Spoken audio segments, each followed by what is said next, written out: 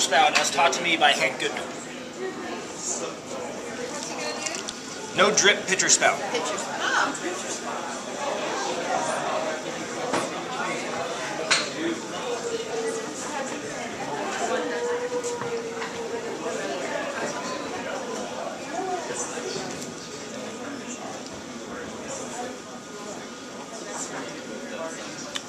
And no trim pitcher.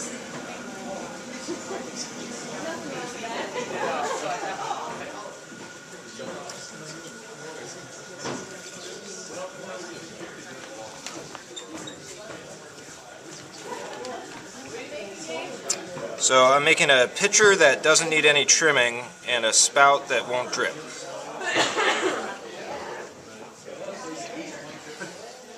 It'll pour beautifully, but it won't dribble down the front.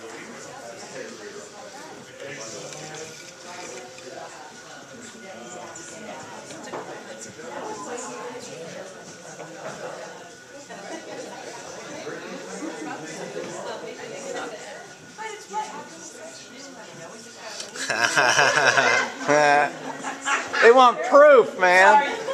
Next Clay Club. We'll bring This is not an easy crowd. We'll test it. Alright. So I'm trying to throw this to a little bit under 1/4 of an inch the entire way up and down, and I'm going to rely on expanding the bottom part to get it to a nice light thinness, because I'm not going to trim this. Trimming pitchers is really awkward once you pull this type of spout. You can definitely trim them right side up a little bit if you need to, but I've got a little profile tool I'll use right down at the bottom there too to kind of give it a finished look, even though I'm not going to trim it.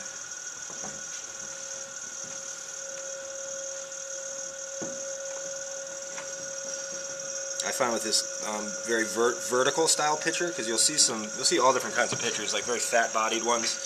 I like the heft of this one, and when I pull the original cylinder, I like to really kind of keep it kind of narrow in this neck, just wide enough so that when you go to clean it, you'll be able to fit your wrist down there, but with a narrow enough neck where it looks kind of elegant on that base.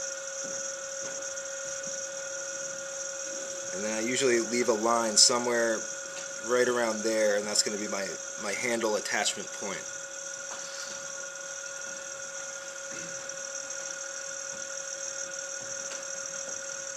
I do pretty much all my stretching and expanding with my fingers and all my shaping with a rib.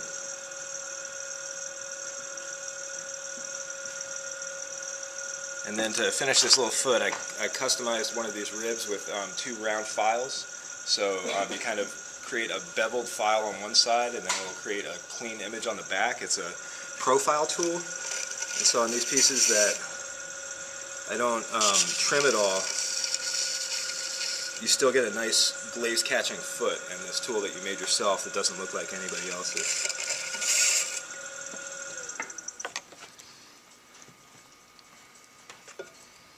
So I'm just going to touch up the form just a little bit here,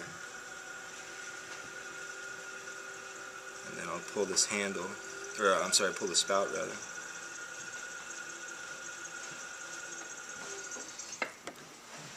So I try and leave just a little bit of extra bead up here at the top, because I'm going to pull and stretch this spout out. And when I do it, I use my thumb and my middle finger. They're more directly opposite each other than either of these. You're kind of on an angle here.